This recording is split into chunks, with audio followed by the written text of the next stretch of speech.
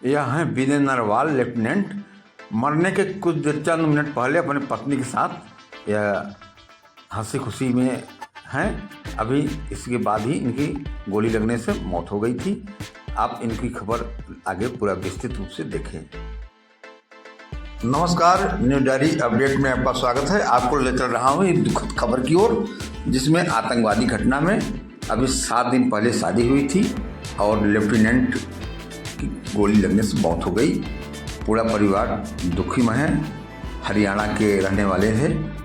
आपको विस्तृत खबर की तरफ ले चल रहे हैं। जम्मू कश्मीर के पहलगाम में आतंकी हमले में शहीद हुए नेवी के लेफ्टिनेंट विनय नरवाल बुधवार 23 अप्रैल शाम को करनाल में पंचतत्व में विलीन हो गए।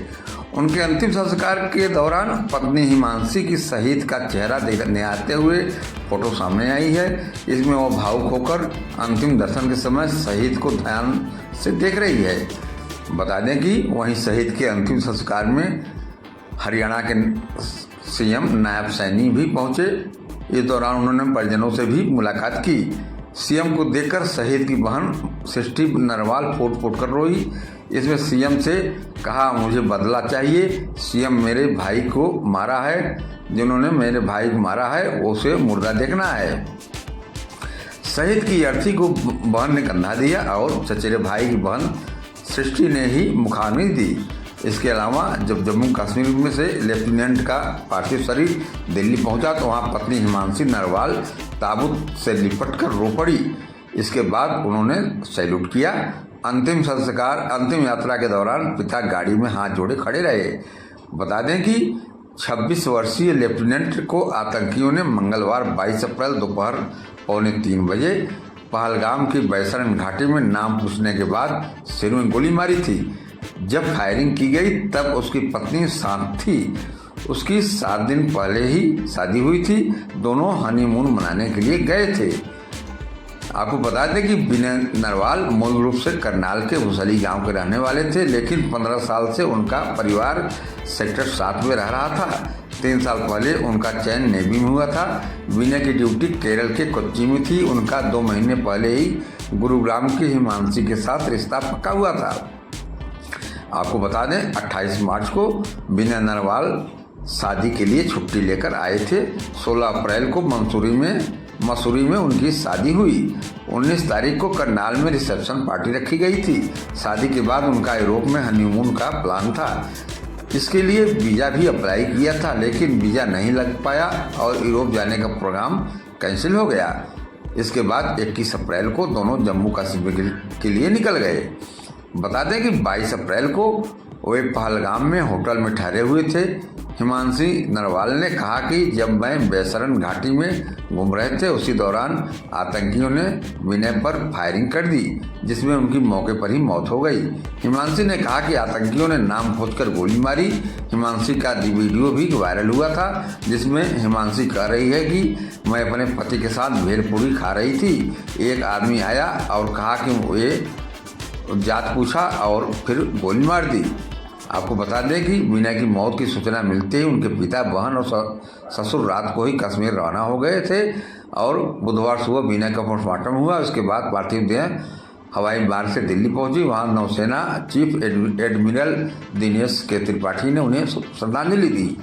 दिल्ली एयरपोर्ट पर नवविवाहिता पत्नी हिमांशी लेफ्टिनेंट के पार्थिव देह से लिपट कर रो पड़ी।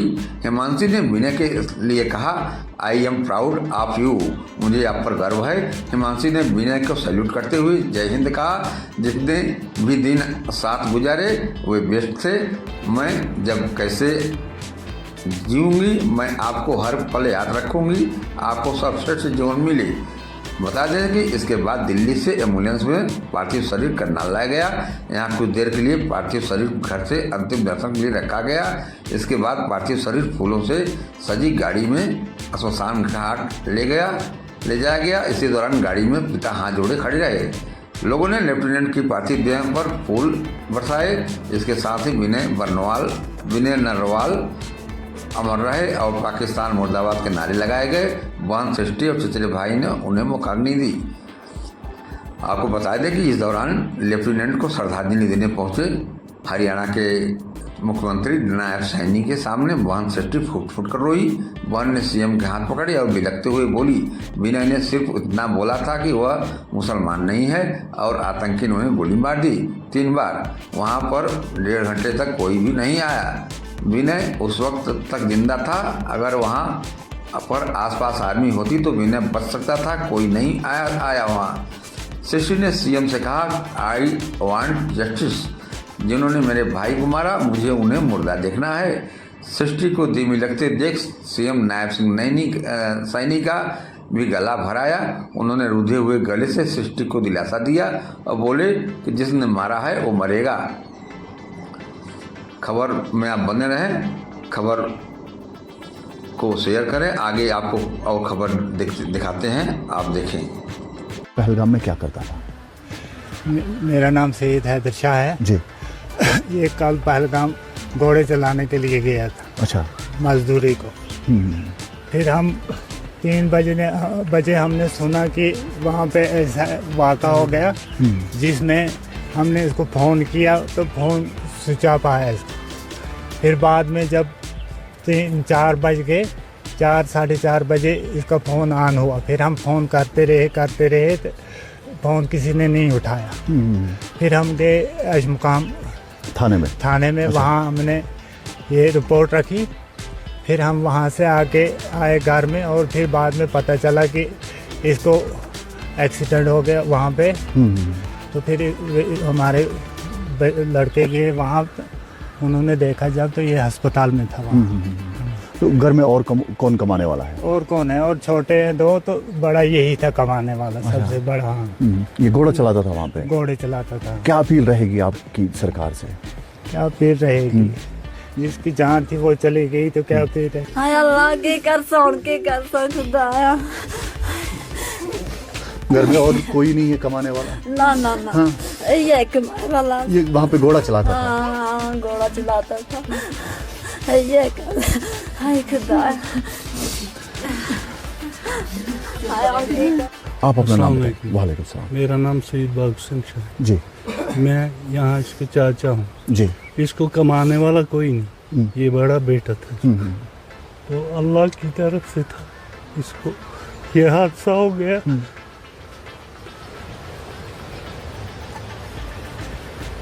कितने बच्चे हैं इसके? 3 बच्चे हैं। अच्छा। बड़ा यही था। इसकी शादी हुई थी? इसकी शादी हुई थी। अच्छा। इसका एक बच्चा था, वो भी मर गया।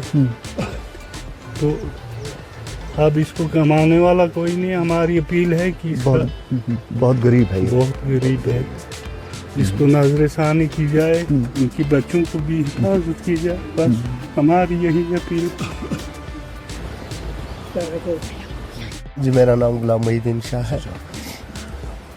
हम पूरे इस इलाके के लोग, खासकर रियासती जम्मू कश्मीर के लोग, इस गठिया घिनौनी साजिश का हम कंडम करते हैं और मजम्मत करते हैं कि जो ये वाक़ा हमारे मेहमानों के साथ, हिंदुस्तान से आए हुए उन नौजवानों के साथ जो ये वाक़ा हुआ, उस खास करके हमारे इस रिश्ते में एक शरीफ नफ्स ये बच्चा जो घोड़े का काम करता था, जो इसको मार दिया गया, हम इसकी मजम्मत करते हैं और पूरे हिंदुस्तान के इस दुख में हम बराबर शरीक हैं। और हम इंतज़ामिया से, गवर्नमेंट से ये अपील करते हैं कि इस घिनौनी साजिश का पर्दा बेनकाब होना चाहिए, ताकि आइंदा भी ऐसे मजलूम लोगों के साथ ऐसा कोई वाक़ा ना हो। क्योंकि ये हमारी कश्मीरियत पर, हमारे इलाके पर, इस पहलगाम के साथ मुंह पर ये एक वो धब्बा है, दाग लग गया, जो ये दाग मिटाना बहुत हमारे लिए मुश्किल है। ये आदिल हुसैन गरीब घराने से ताल्लुक रखता था। अपने माँ बाप का कमाई वो सहारा था, एक ही सहारा था। आज अल्लाह ताला ने उस सहारे को भी छीन लिया। ये मजलूम, ये गरीब लोग अब क्या करेंगे, इनका कोई सहारा नहीं है। बाकी अल्लाह ताला उन्हें जन्नतुल फिरदौस अता करे, और जो हमारे हिंदू भाई इसमें मारे गए उनके रूह को भी शांति नसीब हो। जिन्होंने किया, हम उसकी मजम्मत करते हैं। जिसने भी ये वाक़ा किया, जो भी लोग इसमें शामिल हैं, हम इसकी भरपूर मजम्मत करते हैं और लानत करते हैं ऐसे लोगों पर।